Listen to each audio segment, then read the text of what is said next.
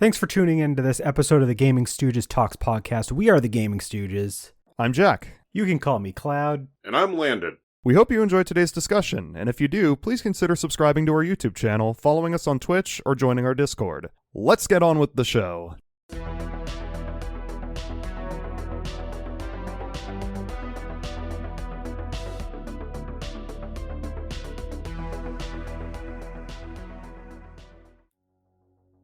Crap, I forgot the bit.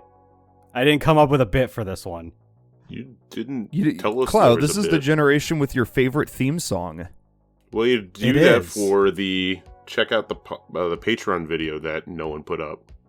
It will be up by the time this goes out to you. That was my plan. Not the. Oh, okay. I wasn't sure. Yeah, not this live one. We're gonna have a Patreon accompanying our discussion of Generation 3 of Pokemon. We have a tier list that's going to be up on the Patreon, so I'll talk a little bit more about that later. But we are going to talk about Generation 3 of Pokemon. That was the one that was primarily on Game Boy Advance, which started over here in North America on March 19th, 2003, with the release of Pokemon Ruby and Sapphire. I will say this now, there are a lot of games in this generation. Primary ones are Ruby, Sapphire, Emerald, Fire Red, Leaf Green, and I like to lump Coliseum and XD in here because, I mean, they're kind of like main series adjacent at this point. So you got those major games in the series as well as a ton of spin-offs. Now, just as kind of like a refresher, Generation 3, pretty big generation for the Pokemon series. A lot of big shakeups mechanically that are still something that the series abides to this day. Got the introduction of stuff like natures and abilities. They redid the whole stats system, so now the way that Pokemon stats work, it's been like that since Ruby and Sapphire all the way to today. It was a little different in the first couple generations. You had the introduction of the Hoenn region, 135 new Pokemon, so we had 386. This is a generation that was really well known for a lot of the spin-offs later on in the generation, teasing the next generation, because this generation went on for a really long time. Like, this was the longest generation in North America at about 4 years and 1 month. Yep. So it's pretty well known for being a pretty big generation. You had a lot of spin-offs on the Game Boy Advance, some on DS, on other systems. So, like, there's going to be a lot to talk about. But, of course, got to ask the question real quick, what your first exposure to Generation 3 Pokemon was. Alright, here we go. Because this is the first Pokemon generation I ever personally owned. I got a copy of Ruby in the summer of 2003. And it was my entire life for that summer. Because I was fucking addicted to Pokemon Ruby. My god.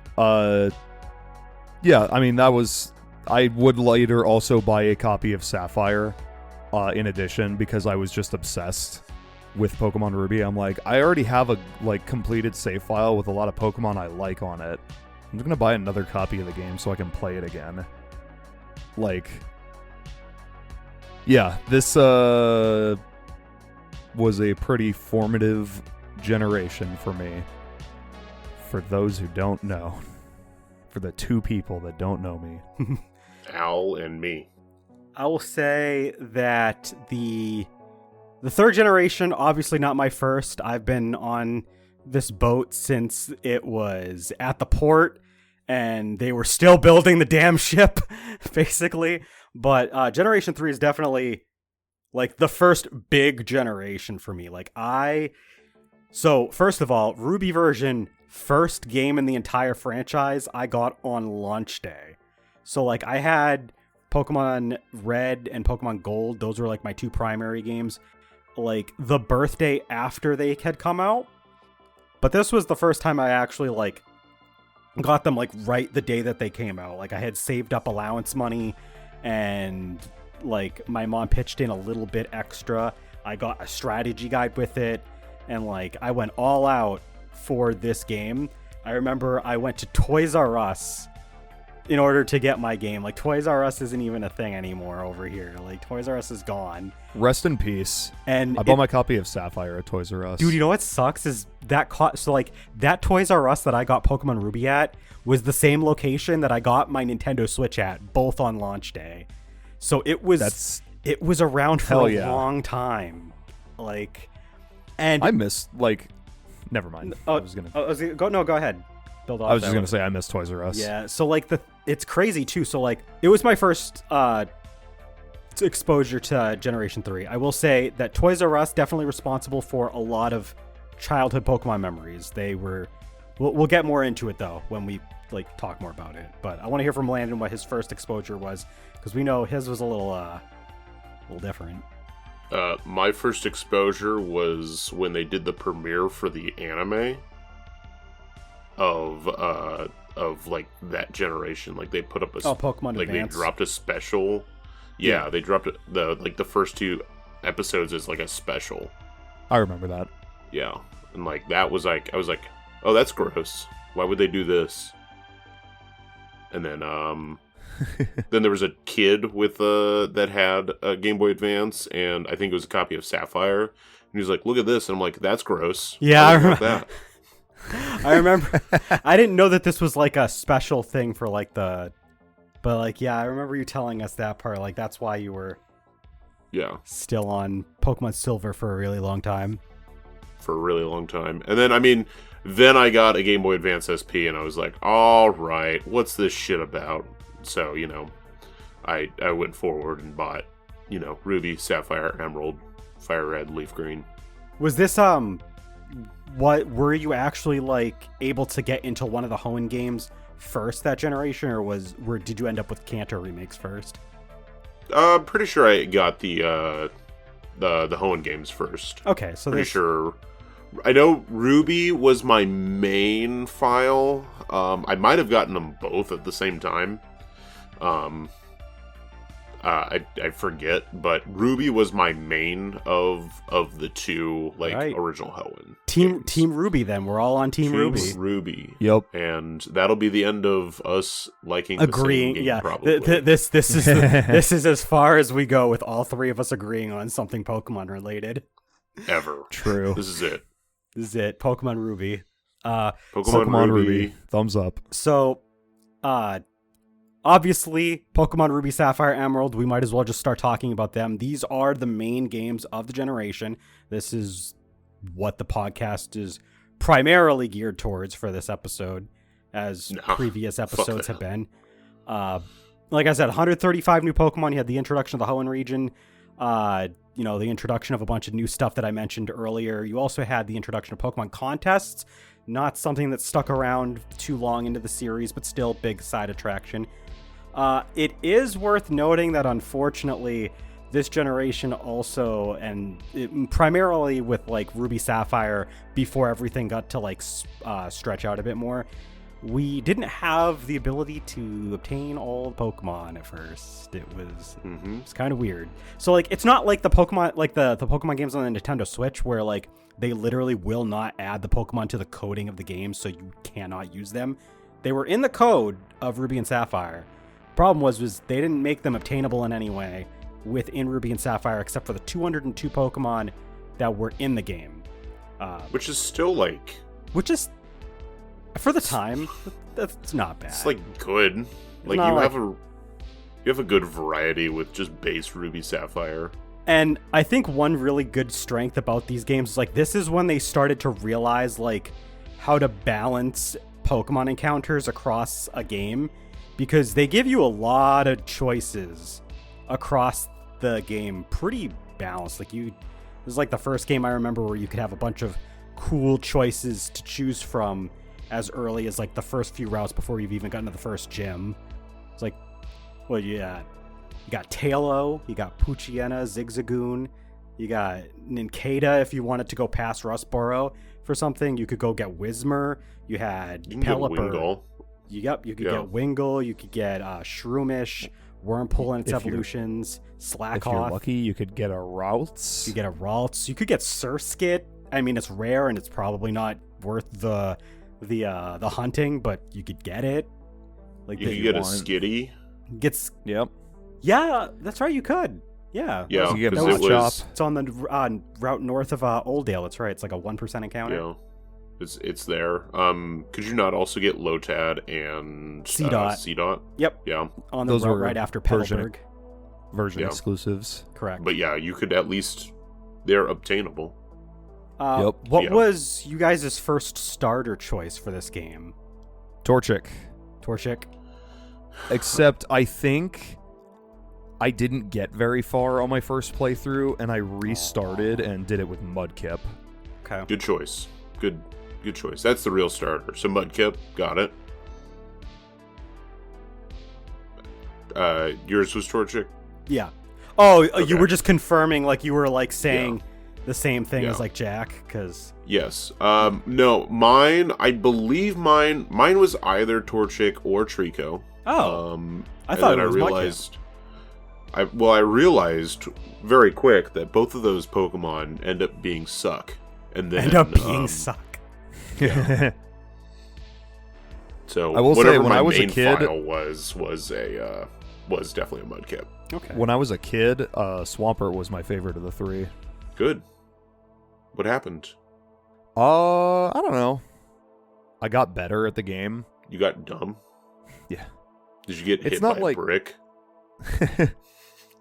It's not like I'm saying, like, Marshtomp is easy mode, but there are, like, when you're a dumb kid and you're trying to solo the entire game with your starter, like, there are some boss fights that will be, like, roadblocks for you if you choose Trico or Torchic. Oh, yeah. Because they both have a flying weakness. I was gonna say- And almost every boss character, like, enemy boss, like, Team Magma, Team Aqua, like, boss fight, has either a Golbat or a Crobat, which will know Air Cutter. For me, it wasn't so much the evil team. So, like, Team Magma and Aqua, very interesting. The first instance in the series where they had, the only instance where there was, like, two actual rival groups. Like, I guess you could say that, like, you could stretch it and be like, well, Generation 7 also had two evil teams, but they weren't opposing each other. And one of them was, like, higher up on the hierarchy. And it wasn't so much an evil team as it was an evil organization that was posing as, like, a good guy team, because you had like the Aether Foundation, Team Skull, so that was like not quite the same. Team Magma and Aqua were like a unique thing where like they were butting heads with each other. I never had any problems with any of them. My issue as a Blaziken user was Winona, because she would Dragon Dance and Aerial Ace my whole team to death, and there was nothing I could do about it. Good. Because I was not smart enough to use a Lairon at the time and Hard Wallet, and even if I did, it had Earthquake. So that was cool. Yep. Yeah. Speaking of which, gym leaders in this game. Pretty cool set of gym leaders, if you ask me. There are some gym leaders in this game. Yes. There's- I love pretty much every gym leader in this game, except for one of them. So what's the one? What's your It's least Norman. favorite? It's Norman. Norman. Yeah, and it's like, it's just because it happens so quickly after you beat Flannery. Like, literally after you beat Flannery, you can just go to Petalburg and fight Norman right away. Like, there's no build up to it. It's just like, yeah, it's like, you know, it was a thing at the beginning of the game when you're like, your dad's like, you're not strong enough to fight me yet, bitch. So, like, it's cool from that angle, but, like, there's no, in terms of pacing, there's, like, no lead up to it, and it makes it feel less climactic, I guess. That's true. So the thing with that is like, and I mean, this is sort of like the same thing as like, Pokemon Red, Blue, and Yellow had the same issue where like after Blaine, you can just go right to Giovanni. But Yeah. I think honestly, it's not as bad in this game, because in this game, there is some stuff you can do on the side. Yeah. Like you can go to the desert, because you end up getting the Go Goggles, and you can explore that whole area before you even touch Norman, get yourself some levels, get a fossil, which is probably the smart thing to do because you're probably going to end up going by Rustboro anyway on your way back. So like, just do that. And then I just think it's funny that like the gap between like gyms 4 and 5 is like, you know, extremely minimal outside of like optional stuff. But then like the whole path that you have to take to get from gyms 5 to 6 is like the longest like stretch of time in the game without a gym. Because there's like 4 routes on your way. Yeah, so the funny thing is like half of that time is spent like backtracking through areas you've already been to. But to be fair, the Hoenn region is kind of weird because you don't get the fly HM till like super late. So like you don't get fly until right before you fight Winona, and then you can't actually use it till after you beat her, which means that you don't have access to the fly HM until you're 6 badges in. So you have to really move around the map. I kind of love and hate that. Like, I wish that fly was available earlier so that it's easier to get from one place to another, but at the same time, I like it, and this might just be nostalgia talking, but I like it from the angle that it makes it feel like more of an adventure when you have to, like, go from place to place. But, like, in Hoenn, there's very little, like, gates that you have to go through to get from, like, one route to a town or to another route. There's actually none. Have you. It's a very, very seamless world. There like, is... You can... Outside of, like, the occasional, small dungeon. So outside of, like, going into caves, there is one set of gates, and it's not the way that they use the gates in previous games. It is just to get the cycling road section up top on Route 110. Yeah. Mm-hmm. That is it. Because, like, in the previous 2 generations, they used these, like, gates, as what you mentioned, Jack, to, like... They're basically like loading zones. They're like loading zones. It's basically a way for them to load the next area without it feeling like a loading screen, like you're just traveling on the map. But in the Game Boy Advance games, specifically the Hoenn ones, there's none of that. It's just, except for going through the caves, like it's all, like you said, it's seamless. And I think, and that's just the magic of the region to me. I think it's I think it's a well laid out region. I think it's fun to explore. I love the Hoenn region so much, and like that is like a big part of why it makes it feel like one big seamless world that you can just like travel from one corner to the other, and like without any waits or like gates or, you know, with a few exceptions like caves and shit, but like it just, I don't know. Like, I love the region so much. Like, every single, like, route and town is just super fun to explore. I will say, we kind of got off the topic of gym leaders and started talking about the region itself, but... I like Hoenn proper as far as, like, the landmass goes. Like, the main landmass, that's fine. Mm-hmm. And I know it gets memed on all the time, but the water, like yes, there's a lot of water routes. It's just, I feel like easy to get lost in them.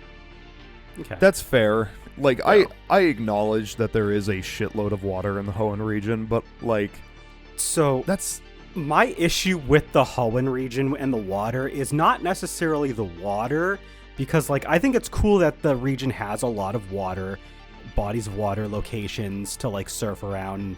It makes it fun to explore. My issue is that it's too homogenized with the encounters.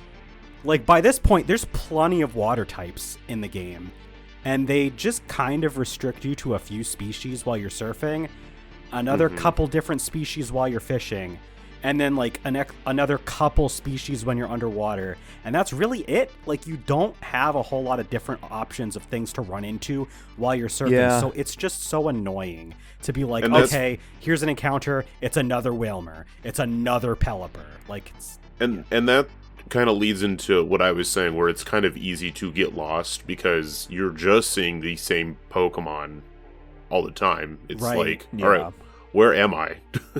And am I at the top or am I at the bottom? Because I'm just seeing fucking Whalmer. So like, and there's only like one exception, and that's like one of the routes you can start bumping into Wailord, but it's such a low encounter rate that you wouldn't even know.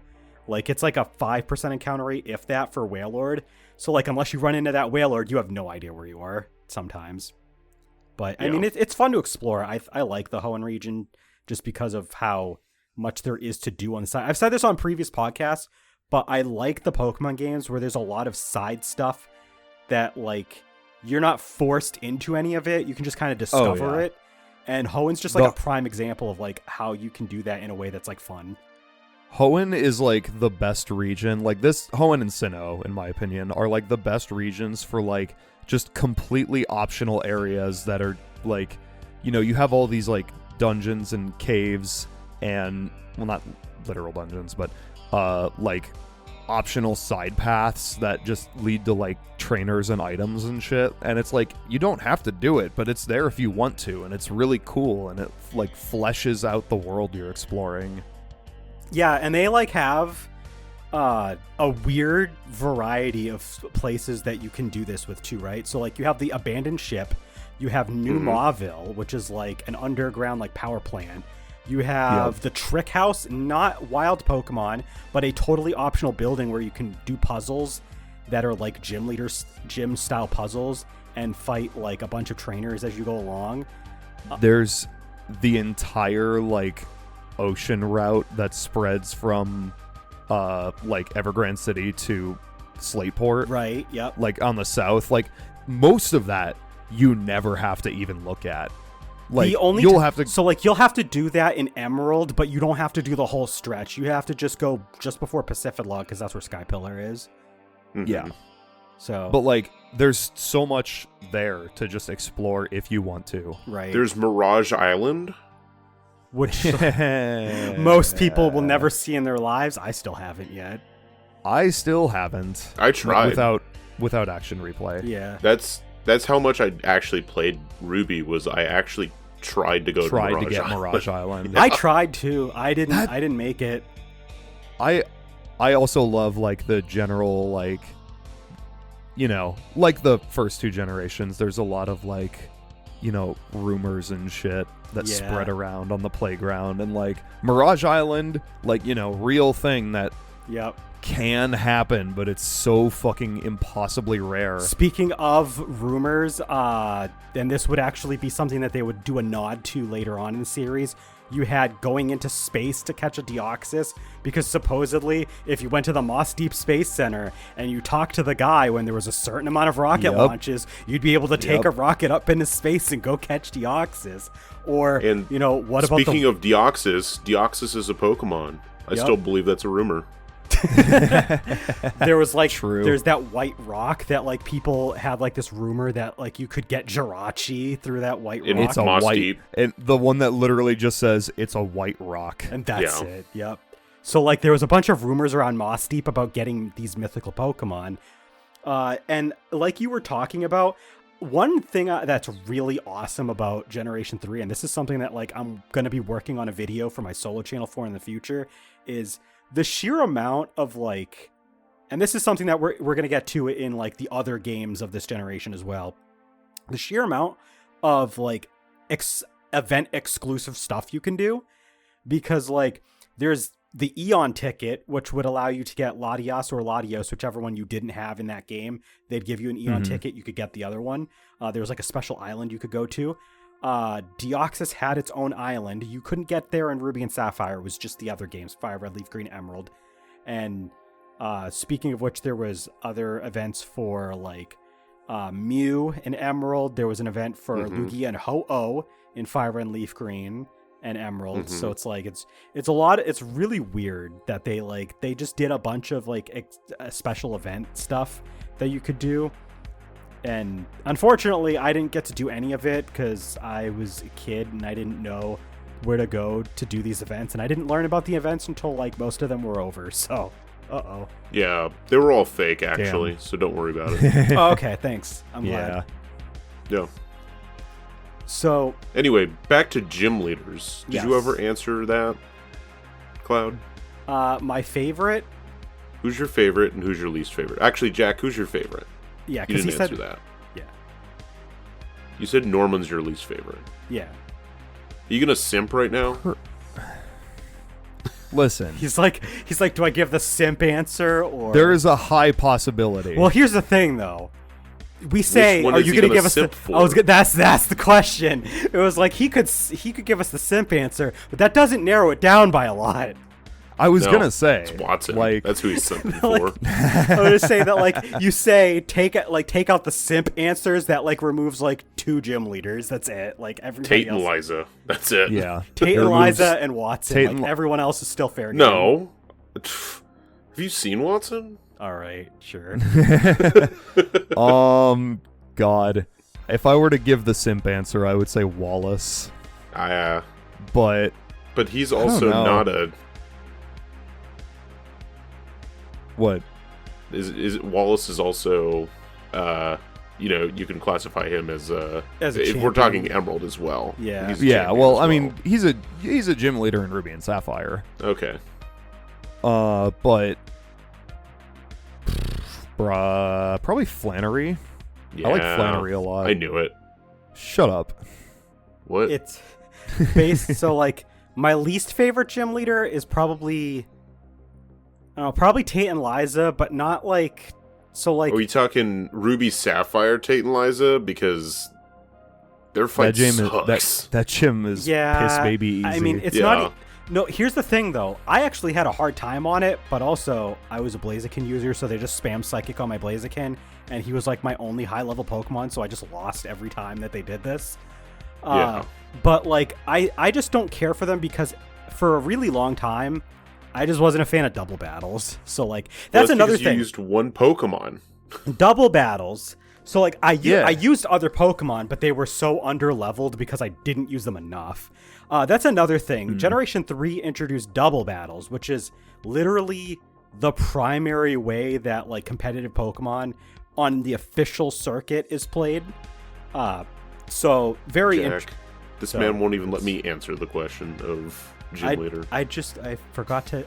This is something I should have said earlier in the podcast. I forgot it, so... All right, I'll let you talk about double battles, and then maybe we'll remember. But no, going back to the gym leader thing, I think that's probably why I didn't care for them, and I still don't care for them all that much. Not double battles, like Tate and Liza, I don't care for them that much. But favorite? That's a tough one. I kind of just want to say Winona, just because I think her party, the fact that she has a bunch of weird, unique flying types is just really cool. I was going to say Winona is also, like, a really good leader. Like, she has just and a also cool team. I also just love her town. Yeah, Fortree's a fun city. The gym puzzle where you, like, go around and, like, push, like, these, like, blocks that are, like, weirdly angled in order to, like, move around and get through the gym. It's pretty fun. It's nothing crazy, but, you know, it's a good gym. I like it. I do like both Flannery and Winona. I think I actually like Watson a lot. Watson is a fun gym leader. He is like the first big, like, obstacle, I feel like, in the games. Like, you can get through the first two gyms and, like, any of, like, the rival fights and whatever fucking Team Magma, Team Aqua, but I still feel like Watson, especially Emerald Watson, is like, he is the wall. For you're either going to do pretty well going forward for a bit, or you are stuck. So I think he's pretty well designed as a boss fight. Yeah. Yeah.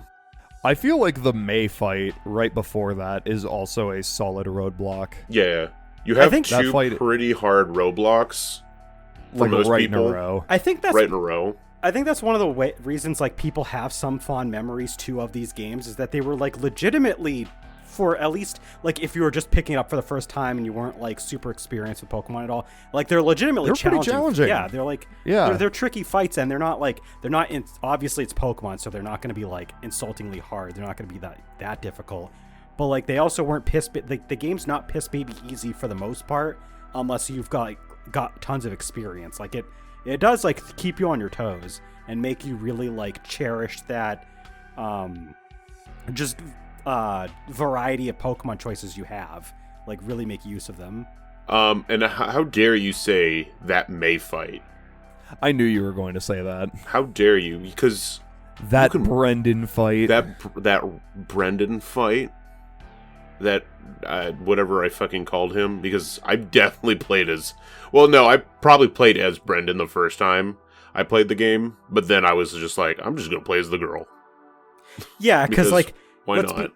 And I mean, let's be real. While, yeah, Crystal was the first game to introduce, like, having a female protagonist choice, like, most people did not play Crystal. Like it's one of the worst selling games of the franchise. So people really probably, like, their first exposure to playing as a girl character was in Gen 3. So, like, that was, like, a big thing. So and the person you don't choose actually shows up. yeah, Like whereas in Crystal, that doesn't happen. Yeah, the other she character doesn't just exist. So they really it doesn't exist. They really make it a point that like being able to pick the gender for your player character like affects the game in a tangible way, which is pretty cool. Like they still, toy with that for the most part across like just about every game in the franchise now, and that's all something that started with Ruby and Sapphire. They're also like slightly different from each other. Like they're not carbon copies either. Yeah. Like they have like unique lines of dialogue. Yeah, May's more like energetic. Brendan's a little like more laid back, kind of snarky. Not quite snarky in the vein of like Blue or Silver, but he's still kind of sassy. So like whereas May is more friendly, playful. So like you get a different personality based on who you pick. I think that's pretty cool. My only issue with the rivals in this game is they fall off. Yeah. Yeah. Yeah. Like they really do. Like from a story perspective, they're just like, I'm done. Yeah. You're like, yeah. what? Like not mincing words, they really do. They don't build up their quote unquote replacement at all. So like that is like the story, like they put a lot of work into the story for the bad the team teams. Magma Aqua. Yeah, like their story is like pretty well done in Ruby and Sapphire. Emerald, it's real solid in that. And then with the legendaries and everything, like that whole storyline is pretty well done. The storyline of your rivals and fucking Wally, is that his fucking name? Yep. Yeah.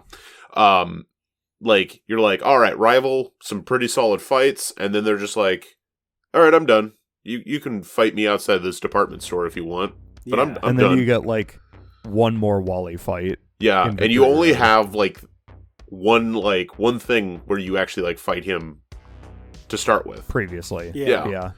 There's like no build up. Like part of me kind of like it's kind of like a curveball. Like he's not a very fleshed out character at all. Like he's better in the Omega Ruby Alpha Sapphire. We'll talk about that when we get to Gen 6. Yeah. But I do think it's kind of funny how he like just disappears for like 3/4 of the game after you like fight him in front of Mauville, and then he just shows up and he has like a pretty solid team put together.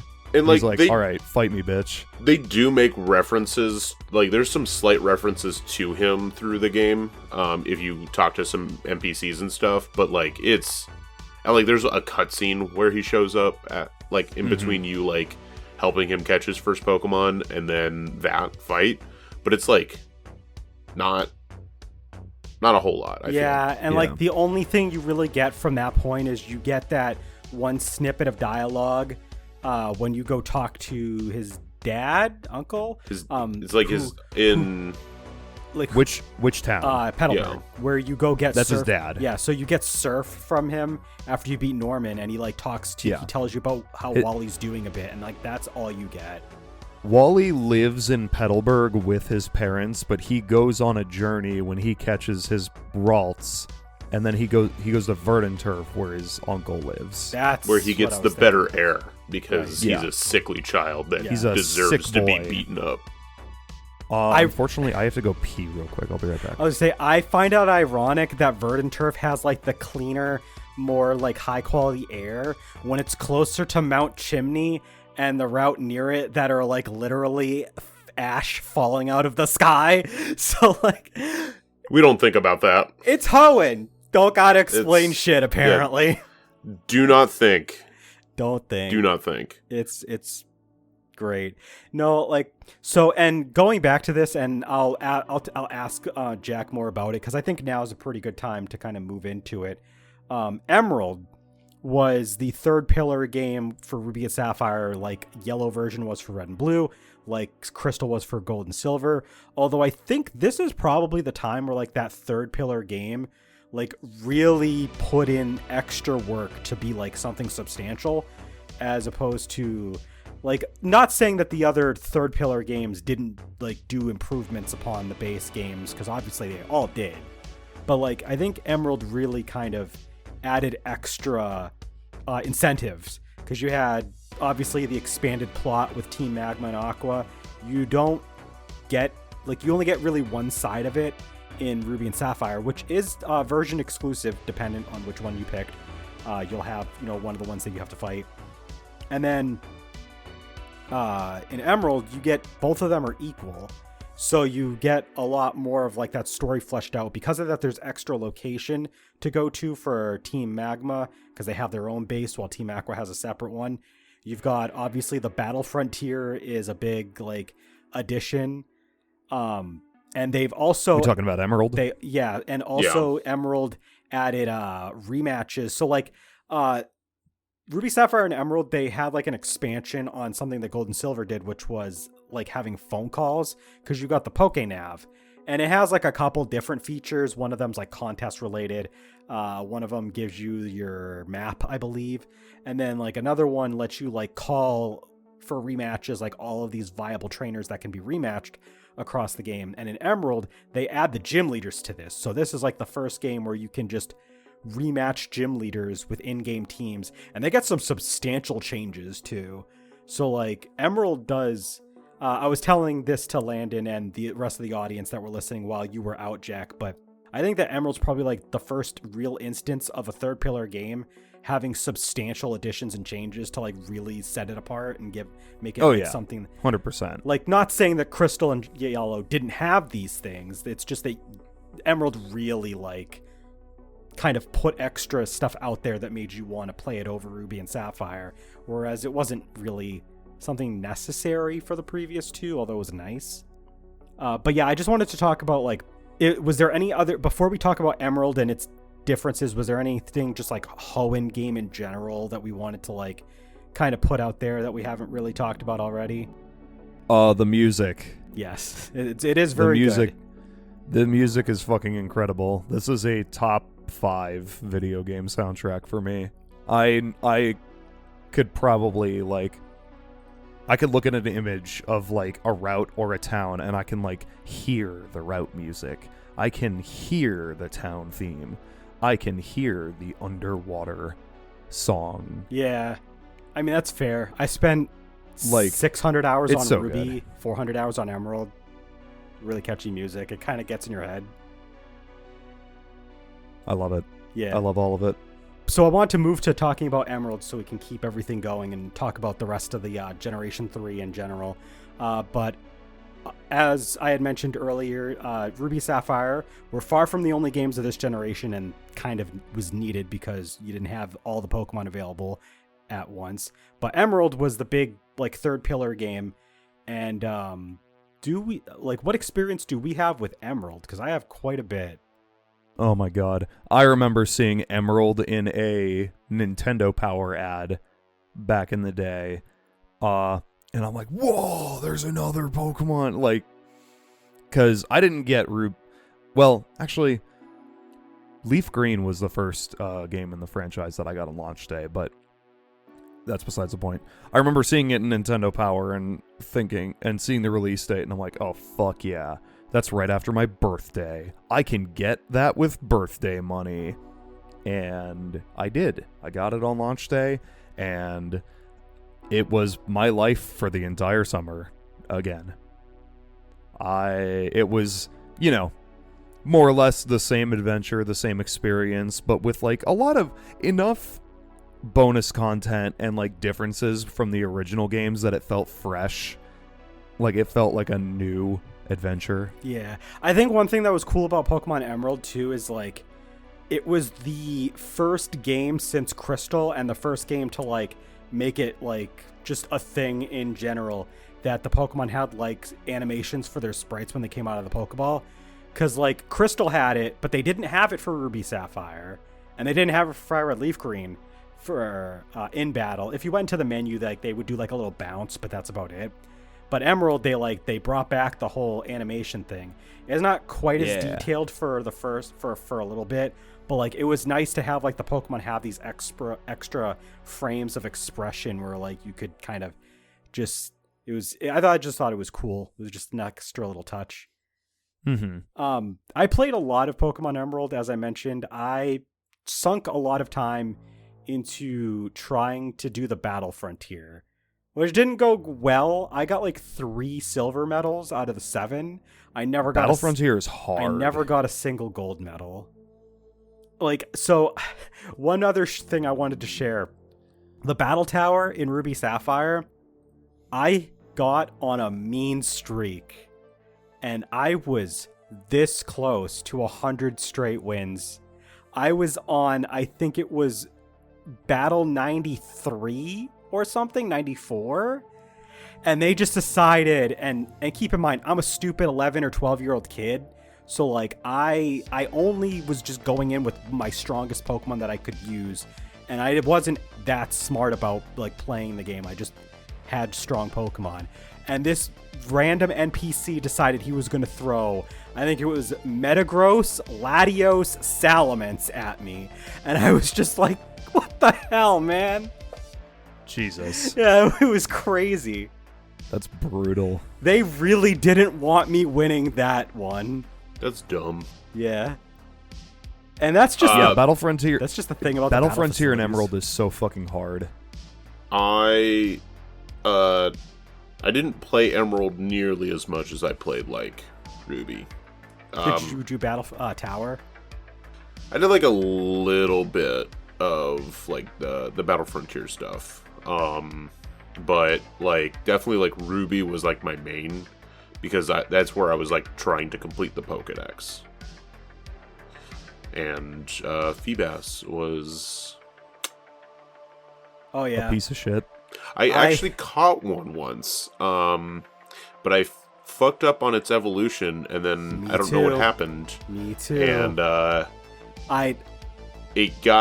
it somehow got released, and I was like, but I could just breed it. Oh well. I never completed the Pokédex. I've said this story Damn. many times before, but I'm just going to say it one last time. I was 199 out of 200. This was before I knew whether it was even possible to get Jirachi and Deoxys. I don't think I even knew what they were before this.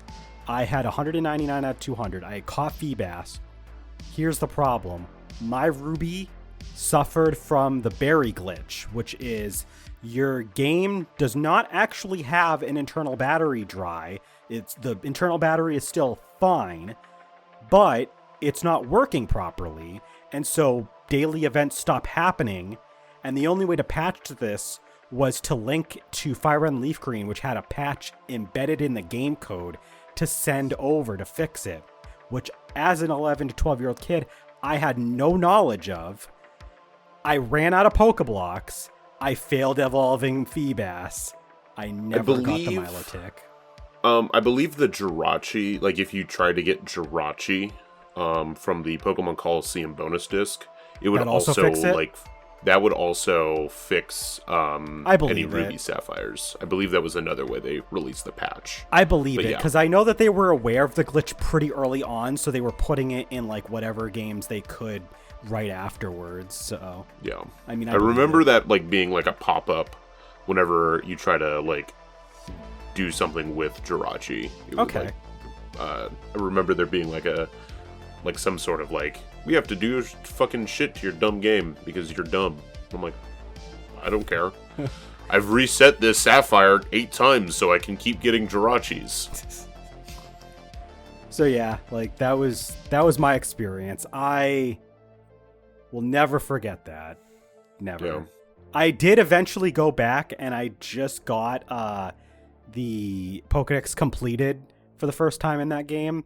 I still got to do it for Emerald so I can get one of the Johto starters, but like it was so satisfying to see 200 out of 200 Ho and Dex completion in Ruby, because it was like after playing Pokemon for so many years afterwards and never having a regional Dex completed, having one completed in the game that I was first closest to doing so.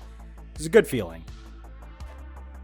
Oh yeah. Was there anything else we wanted to talk about with Pokemon Ruby, Sapphire, and Emerald before we talk about the rest of the games for this generation?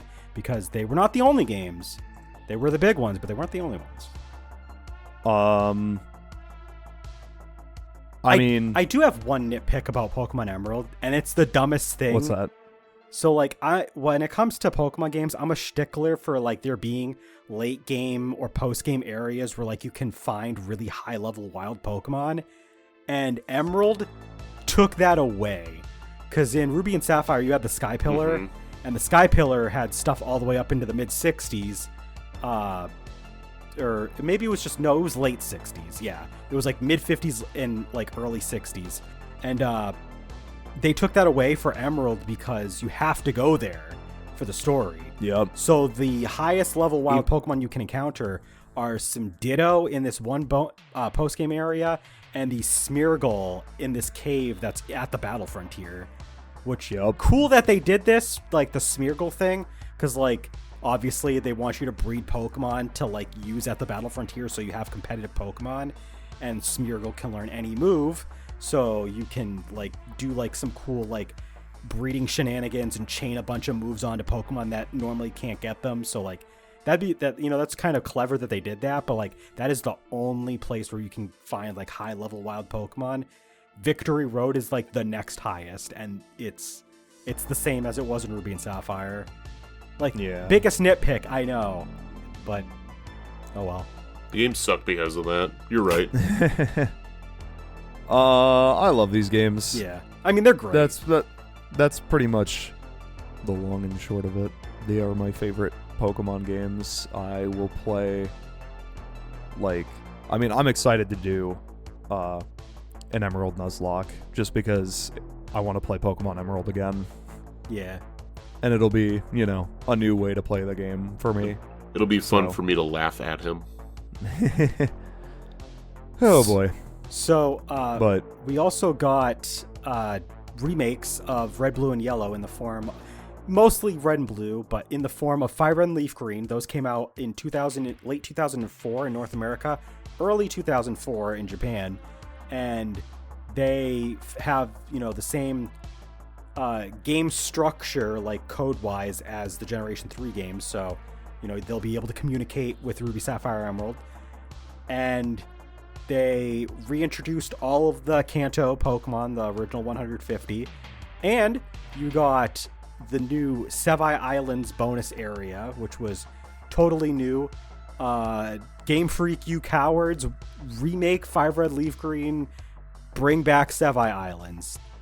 You didn't do it for Let's Go. What the hell? God damn it. It's because Let's Go is based off of Pokemon Yellow. Yeah, I know. But yeah, Fire Red Leaf Green had that, which thanks to that post-game area, they was able to reintroduce. So Emerald would further do this, and we're going to talk about the 2 GameCube games as well. They played a big part in this as well.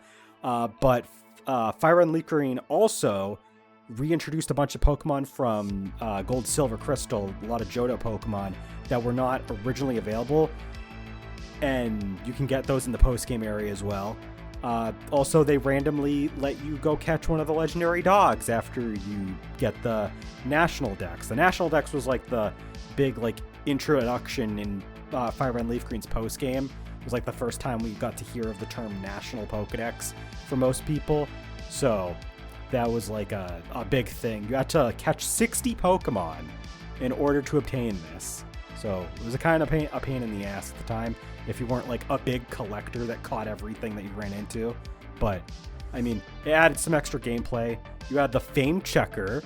You could talk to NPCs and they would tell you dialogue about the different big prominent characters in the game and store them in a thing.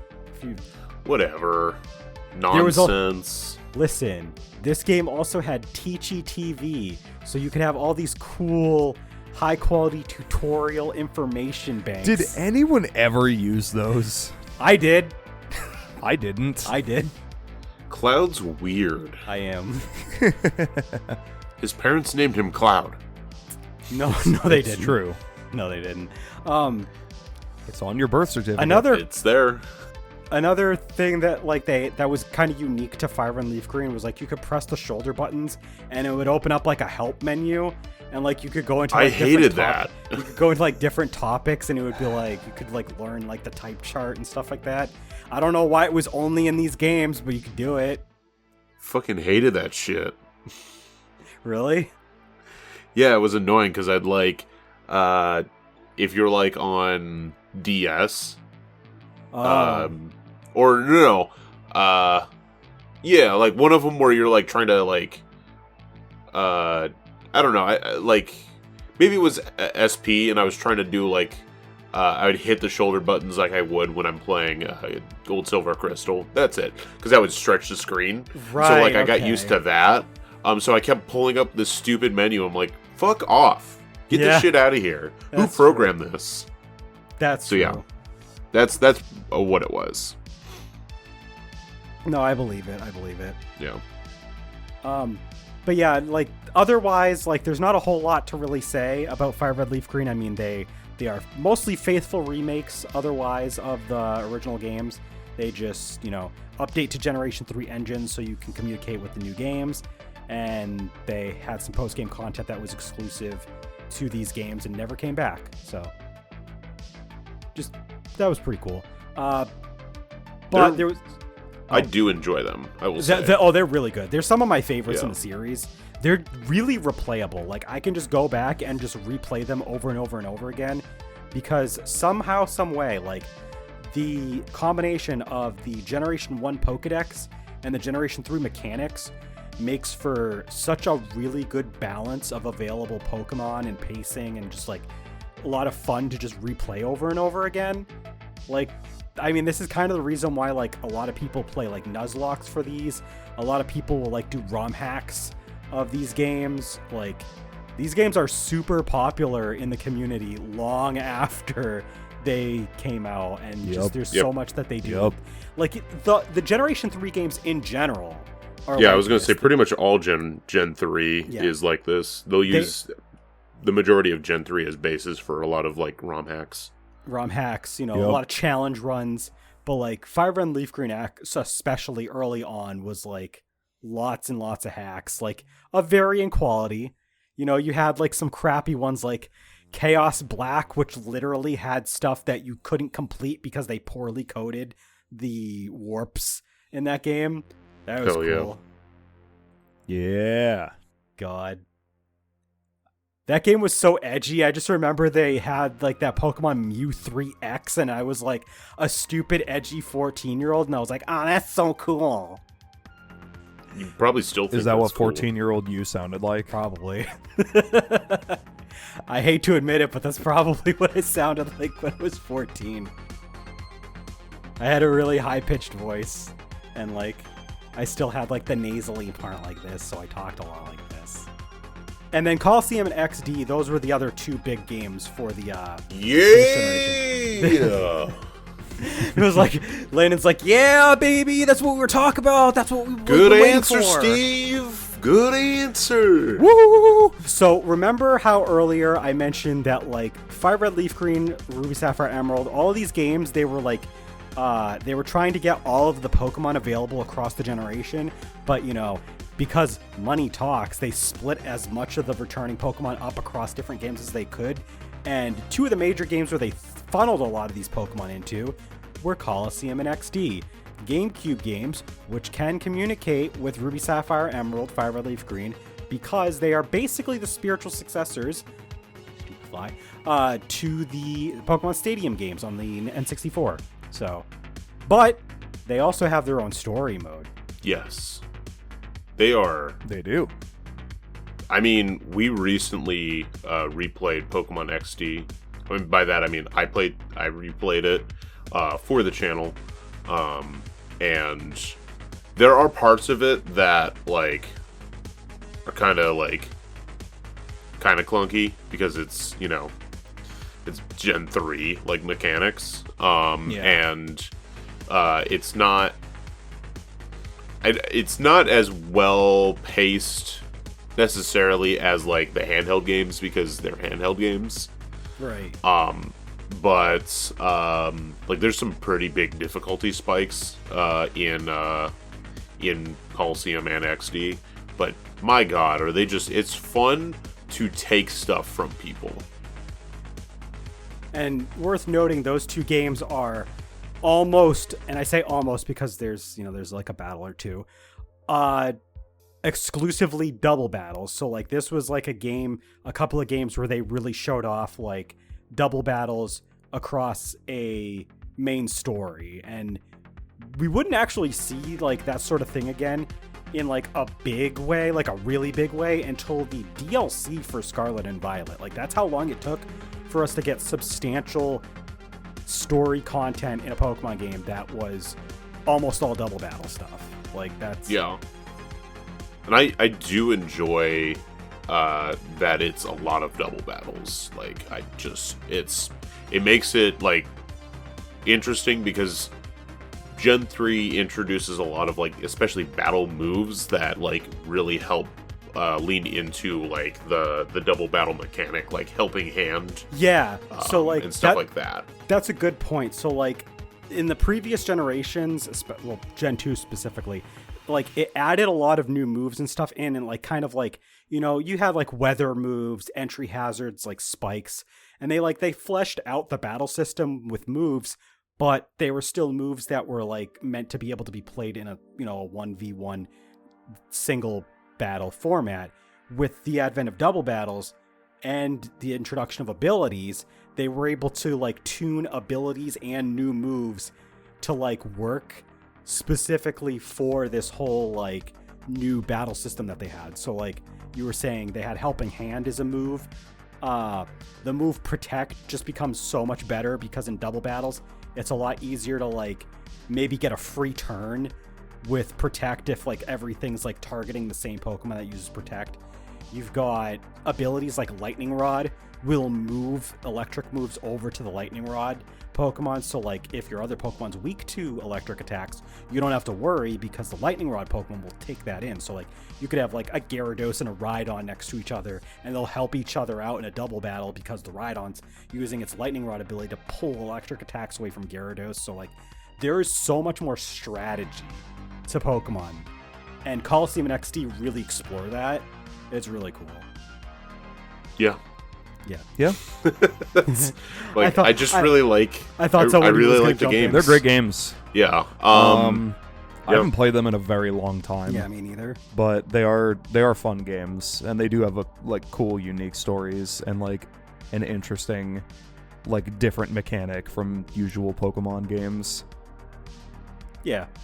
And I like the protagonists, because especially like the protagonist for the first game, because you're playing as a bad guy, essentially. A criminal. He's a criminal that is like, I guess I don't care for these people anymore.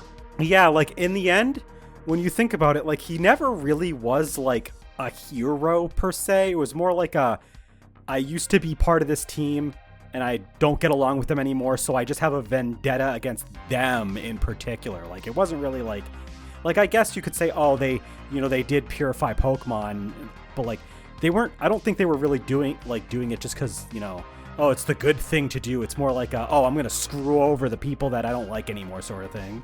So like, yeah, I'm gonna fuck with them. Like it really was like one of the only Pokemon games at all where you get to like play as someone who's not just like a black and white, good guy, blank canvas of yourself. Like they actually have their own character. That is really cool. Like you still don't see that really much at all. Not just in Pokemon, like the main games, but like spin-offs, everything just across the entire franchise. You don't get that a lot. So Colosseum does get some cool points for that. Yeah. So there's that. I think my only gripe with the GameCube games is like, it would have been cool. Like, obviously, that would have taken a lot more effort, but it would have been cool if there was like an actual world that like you could explore that connected the towns and the different areas that you could go to. Because there is like a world map that it's just like a cursor that you can go to like the different areas and then you can explore those areas. It would have been cool to have like an arching overworld that combine them, but I mean that probably would have been a lot of effort, especially for Colosseum where they wouldn't have had the resources to start with. And it probably would have been more like a normal Pokemon game, because in that case you would like have to make routes with wild Pokemon available, with like trainer battles that are there. I feel like if they did a new Colosseum, if they did like a new entry into this like side story series, like they could do that and they could flesh out the Oron region and add like routes and add more trainer battles, and then you could make the Pokemon that you're catching unique to like that's the only one you can get of that, whereas like there's some like just random stuff that's available through the region, because they started to introduce wild Pokemon in XD. Yeah, they had like the Poke Spot where you could get Pokemon to show up, but like that was the only spot that they did that. Yeah, but then in that case, like that's them like, hey, wild Pokemon are coming to the region. Like a third game could be like, now there's just wild Pokemon. Yeah, they're there. You can go catch them. But the Shadow Pokemon are like very unique Pokemon, and with how big the Pokedex is nowadays, like a lot of potential there. There is a ton of potential for like what they make Shadow Pokemon versus route fodder. Right.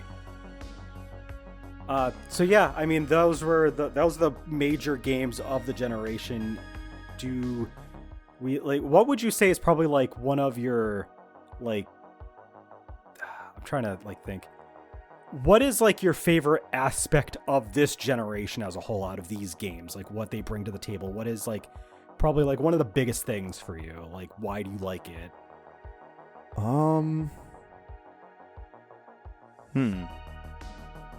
I love double battles, honestly, and the fact that they introduced them in this generation is pretty huge. Let's see. I don't know. I mean, that's probably like the single best thing these... Like, if you had to single out exactly one thing that this generation brought to the table, that's probably the best one. Okay. So for me, I like my whole thing is it's not really so much a concrete thing as like as a concept that with like, and this is more for like Ruby, Sapphire, Emerald, Fire, Red, Leaf, Green specifically because I didn't play enough XD Coliseum, but like you could probably say like if you like but I'll just explain. Like I just like the fact that in this generation there was a real push for additional ways to enjoy the game outside of the main quest, because in the Game Boy games it was kind of hard to supply that sort of thing, especially with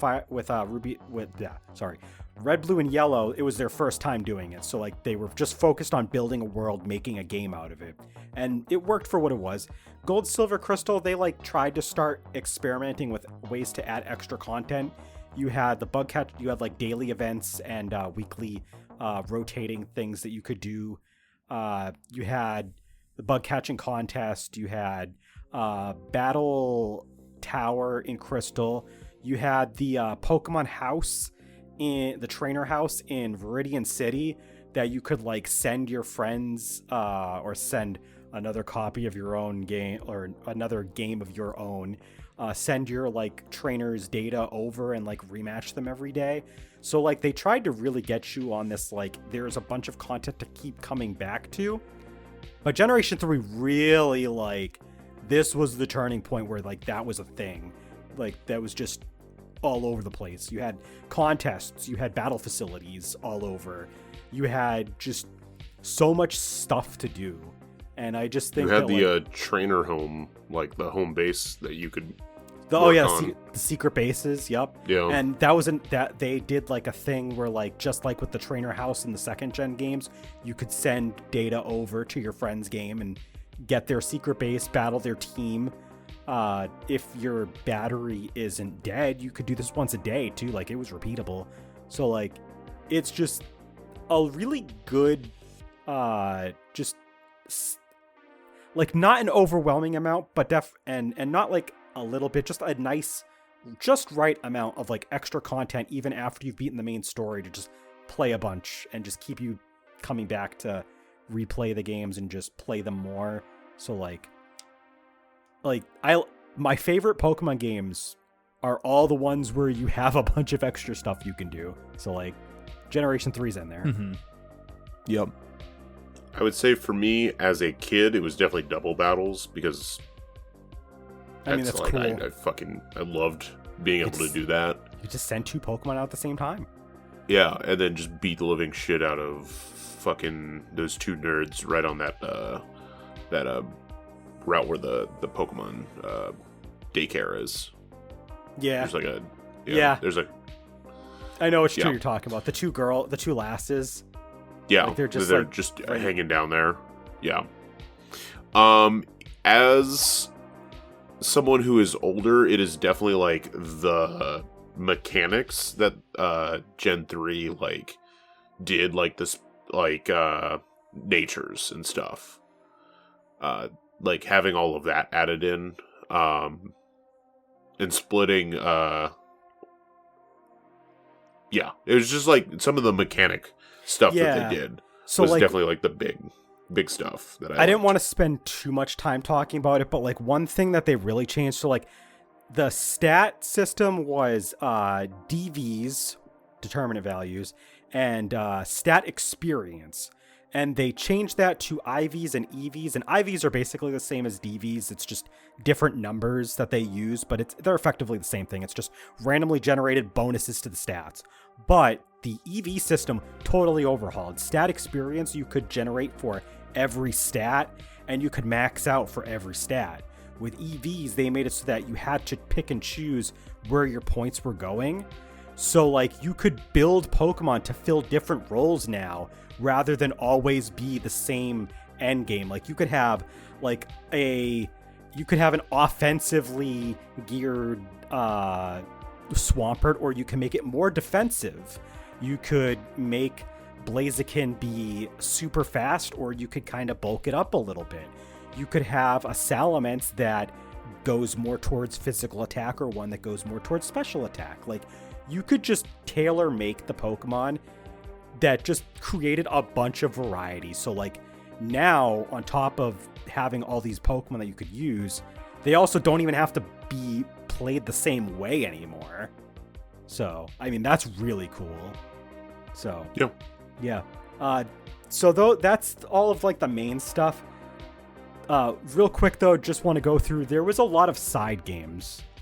This generation had a lot. We talked about some of them, not quite like a whole lot, but like, I mean, when we did like there's our only primer, one worth talking about. So, I mean, the side games, you've got Pokemon Pinball, Ruby and Sapphire. You have Mystery Dungeon, Red and Blue Rescue Team. And you have Pokemon Ranger. Yeah. Boo. There's Pokemon Dash. That also came out. There's Pokemon Troze. They experimented with a bunch of stuff this generation. But I mean, the big ones really are Pinball, Ruby, Sapphire, Mystery Dungeon, Red and Blue Rescue Team, and Ranger. Those are like the big ones. Mystery Dungeon, we can literally do we could do a whole podcast about just Mystery Dungeon. We could do a whole podcast on just Red and Blue. I don't know about that. Like maybe. I can. I can talk about those games for probably an hour, and then move on to Time Explorers. Yeah. Fucking. I could, but that's me. Yeah. I mean, you can talk about how fucking dumb Ranger is if you want, I guess. I'll just go over it real quick. So, like, I played Ranger. I played it. So, like, this was the thing I was talking about back earlier during the podcast, like, introducing the whole thing. Almost all of these games, and I didn't say this about Coliseum and XD, but XD applies as well. Like, you had stuff from, like, the upcoming Generation 4 games, like, teased with these games. Like, XD had Munchlax and Bonsly made an appearance. Red Rescue Team, Blue Rescue Team have a Lucario statue, and Lucario obviously not a Pokemon that existed at the time. And then Pokemon Ranger had the Manaphy egg, infamously. So that was another thing where like you had Pokemon showing up that like you couldn't legitimately have yet until the next generation. There was a lot of those teases. I played Ranger in anticipation for Diamond and Pearl, and I remember playing through the whole thing in one night. It's a fun game where like you know, it's kind of cool that you have the stylus and the touch screen. You can loop around, and like the Pokemon have different obstacles in order to try to keep you from being able to catch them, and then you can use those Pokemon to get through different obstacles on the overworld. I think it's pretty fun. It's kind of like the idea of like HMs in the main series, but made in a more like world building sort of way. It's kind of cool. Pokemon Pinball Ruby Sapphire is, God, I wish they would make another one, but at the same time, like, we don't need another pinball game. Like, it's pinball, but at the same time, they really went balls to the wall for this game. It is so fun. It's so good.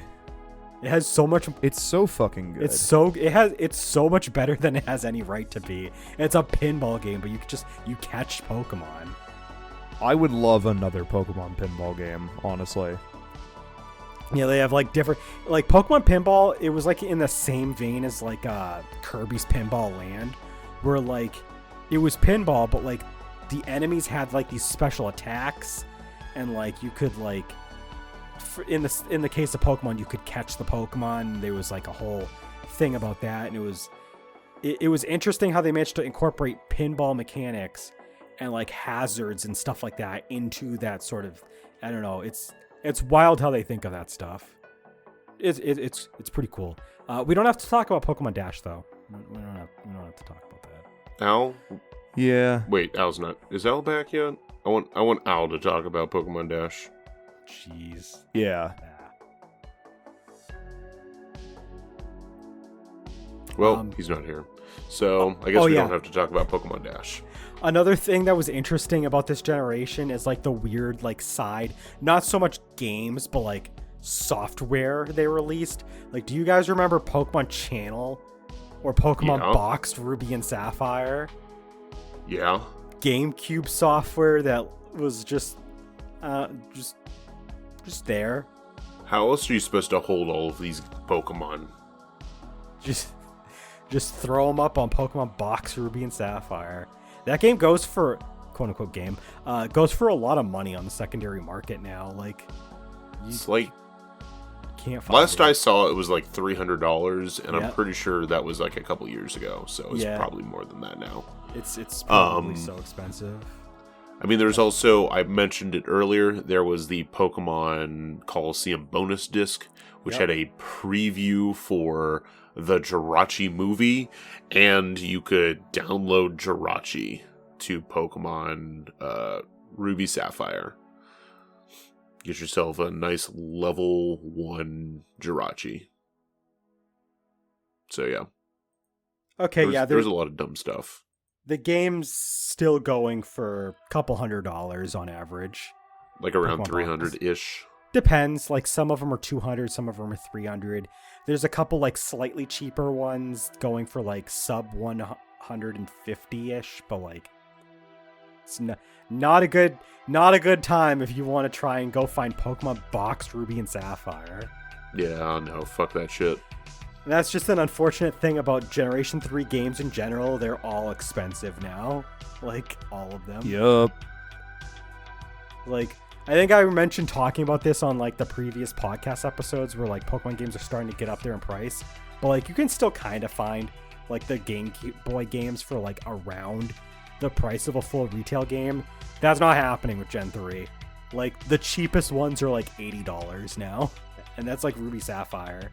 And then if you want Emerald or Fire Red or XD, good luck. Good luck. That's all I'm going to say. Like, the GameCube games are over $100 each, last I checked. And Fuck Coliseum is like, not Coliseum, XD is going upwards of like 200. Yeah, fuck that noise. And Coliseum, if you want the bonus disc, like if you want it CIB, complete and box everything. Well, the bonus disc is its own. Yeah. It's like a separate. It has its own box and everything. Yeah. If you wanted like all of that together, that's like $250 or more. Oh, okay. It's really crazy. Like, people will send like that all in like one package, but it's not cheap. It's really expensive now. That's dumb. It's crazy. I mean, that's Gen 3 for you. There's a lot of nostalgia for it, and it's retained a lot of value over the years because there's a lot of good stuff to be had there. So I blame Jack's generation. Wow. Anyone who's a year younger than me. I was going to say that this generation lasted from March of 2003, in America anyway, March of 2003 to April of 2007. April of 2007, which was when I was 7, almost 8, and a few days from turning 12. So, long generation. Pretty much the prime area for a child to start playing Pokemon. Yeah, I was 11 when it started and 15 when it was over, so it was pretty formative time. Fun fact, actually, that I didn't mention before is Generation 3, if you go by the Japanese release dates, had not one, but 2 off years where they didn't release a main series game. Not counting Coliseum XD, they only counting Ruby Sapphire Emerald, Fire Red Leaf Green. They didn't release a game in 2003 because Ruby Sapphire originally came out in late 2002, and they didn't release a game in 2005 because Emerald was out by the end of 2004 over there. So, and then if you go by the overseas dates, we saw Ruby Sapphire in 2003. We saw Fire and Leaf Green a year and a half later because it was late 2004.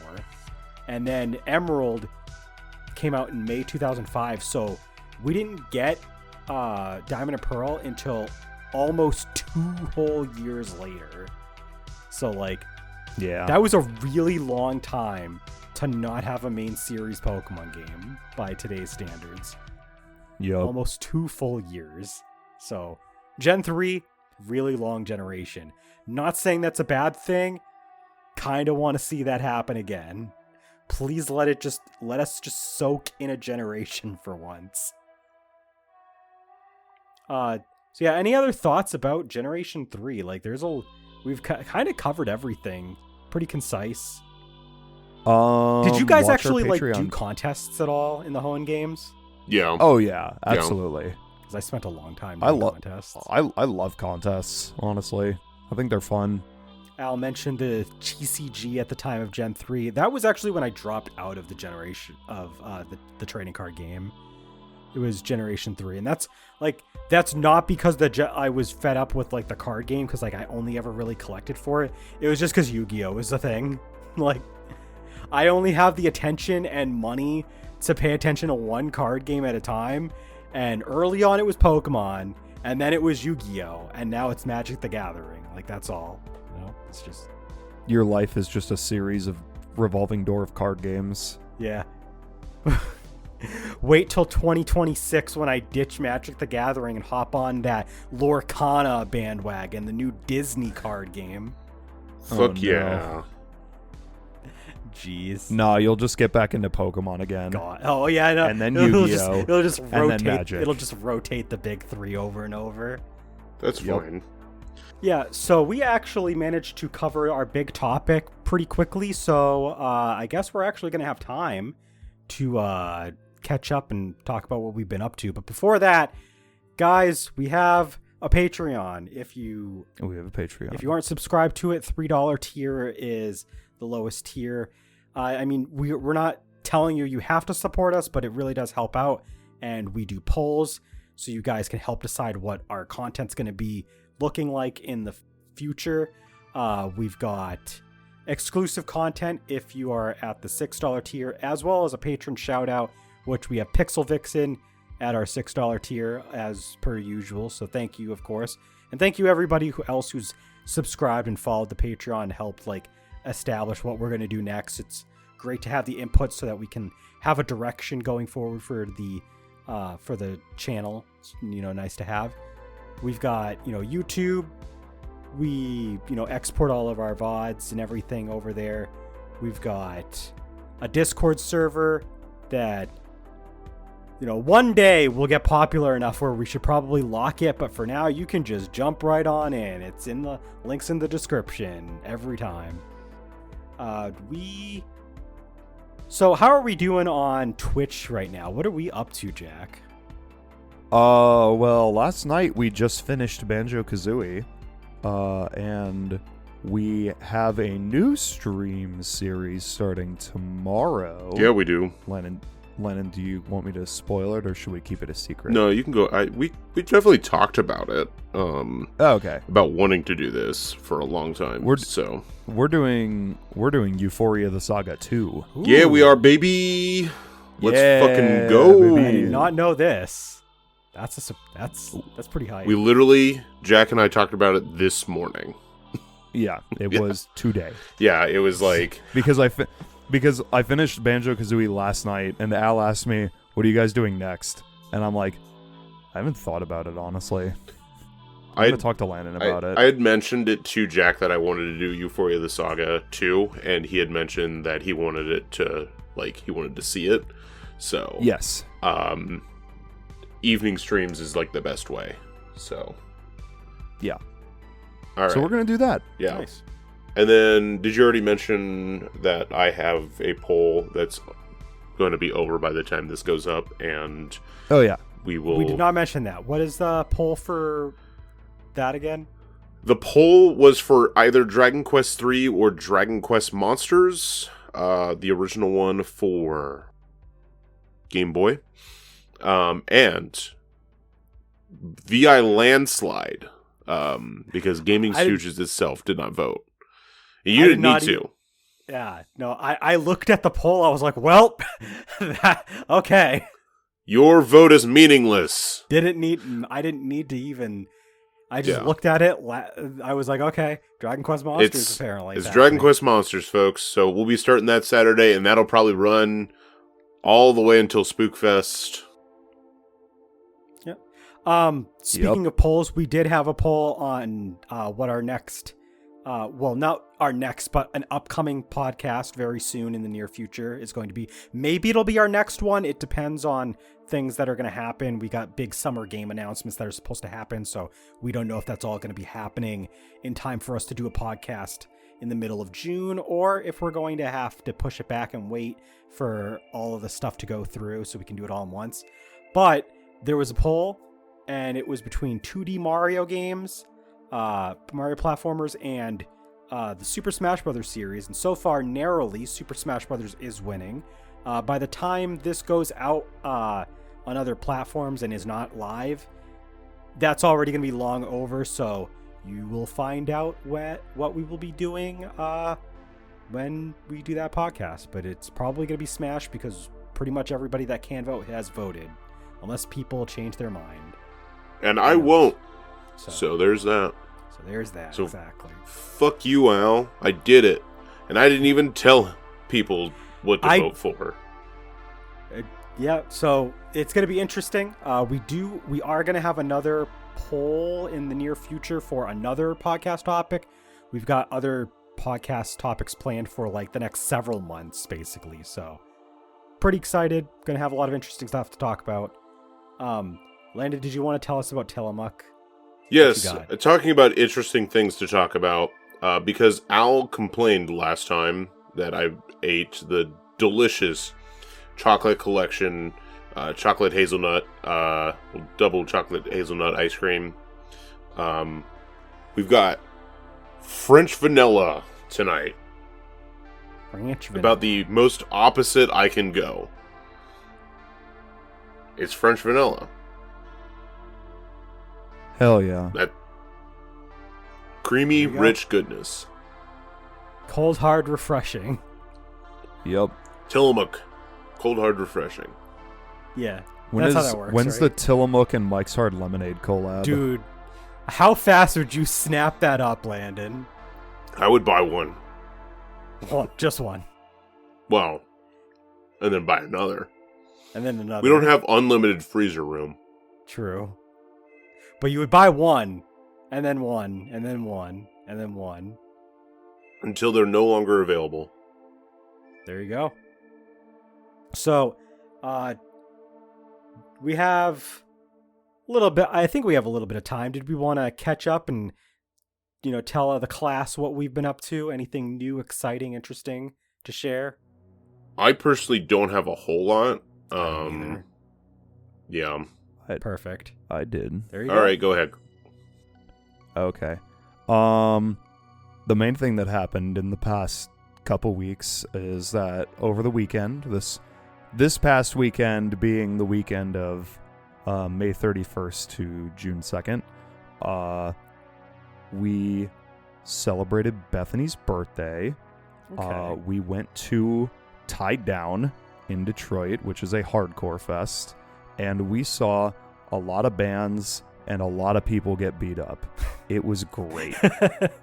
Fun time? It was a very fun time. She loved it. She was super happy, even though she was like really exhausted by the time it was over. But I mean that's how it all is. were. You go to shows and you wipe yourself out and it's fun. I was so fucking tired when it was over, but it was fun. I went last year too, and it was great then, and it was great this year. So, yeah, that was pretty much the main thing that happened.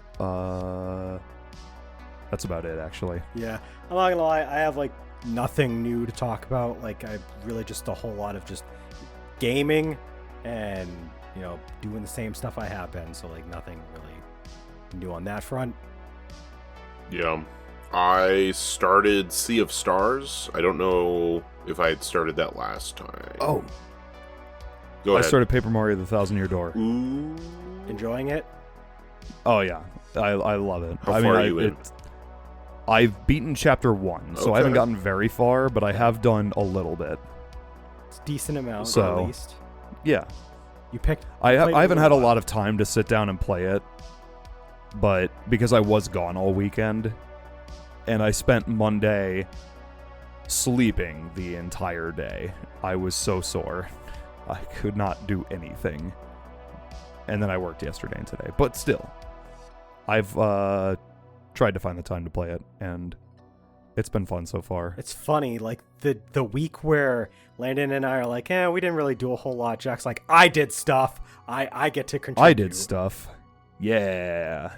I 1,000-year door, baby. So yeah, I started Sea of Stars, and I'm about 3, maybe 3.5 hours into it by now, and I'm really enjoying it. It's definitely lived up to the praise that I've heard this game receive, and like I'm like barely scratching the surface, but the combat is just, it's like exactly what I wanted out of something that says inspired by Chrono Trigger and for the combat, and then Golden Sun for the overworld like exploration, because it is very Golden Sun like. I'm looking at screenshots and it looks really cool. I played a bit of the demo, and I remember I was having a little trouble like finding my way through because I was like stumbling around a bit. But like I have to get back to like I should probably try and grab it when I have a chance. Like I was interested based on what I was playing. If you actually play, like if you start from like scratch from the beginning of the game, I feel it's a little bit easier to like find your way with exploration. Because I remember having a similar issue. Yeah, I think the demo just had a bad like placement of like dropping you in a way that like was kind of hard to. And what's funny is the first area you drop into in the demo, like that little stretch where you're going down the mountain. Yep. It's pretty early in. Like that is like pretty early into the game. Like I am at exploring the dungeon immediately after that. Oh, okay. Gotcha. Did you get to the town section that was in the demo? Yes, and I remember I did not get far after that. Like I had gotten to the town, and that was it. Like I had no idea what I was doing. That is sort of where like I definitely like lost my place in the demo. I haven't gotten that far into the game. But I will say, like, when you start from the beginning of the game, it does like a really good job at like making you feel out the mechanics of like overworld exploration. Okay, so it wasn't, I wasn't like alone in that, like having a little bit of trouble with the demo that same way. No. So like it'd be I had that same feeling. All right, so if I was to get back into it and like play through from the beginning and actually like play the game in general, I'd probably enjoy it because I was liking what I was playing until I got stuck. Yeah, and I mean, you played Golden Sun, right? Oh yeah, I beat Golden Sun. I love Golden Sun. That's what I thought.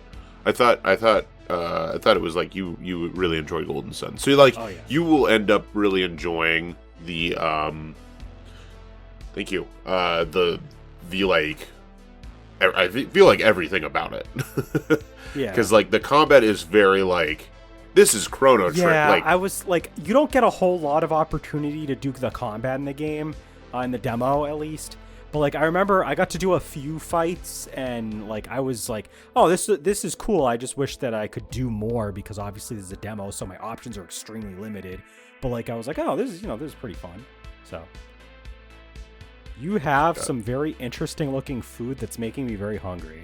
It's street tacos. Oh, I love street tacos. Homemade street tacos. Nice. So yeah. Fuck yeah. That's what I get to look forward to after we wrap this up.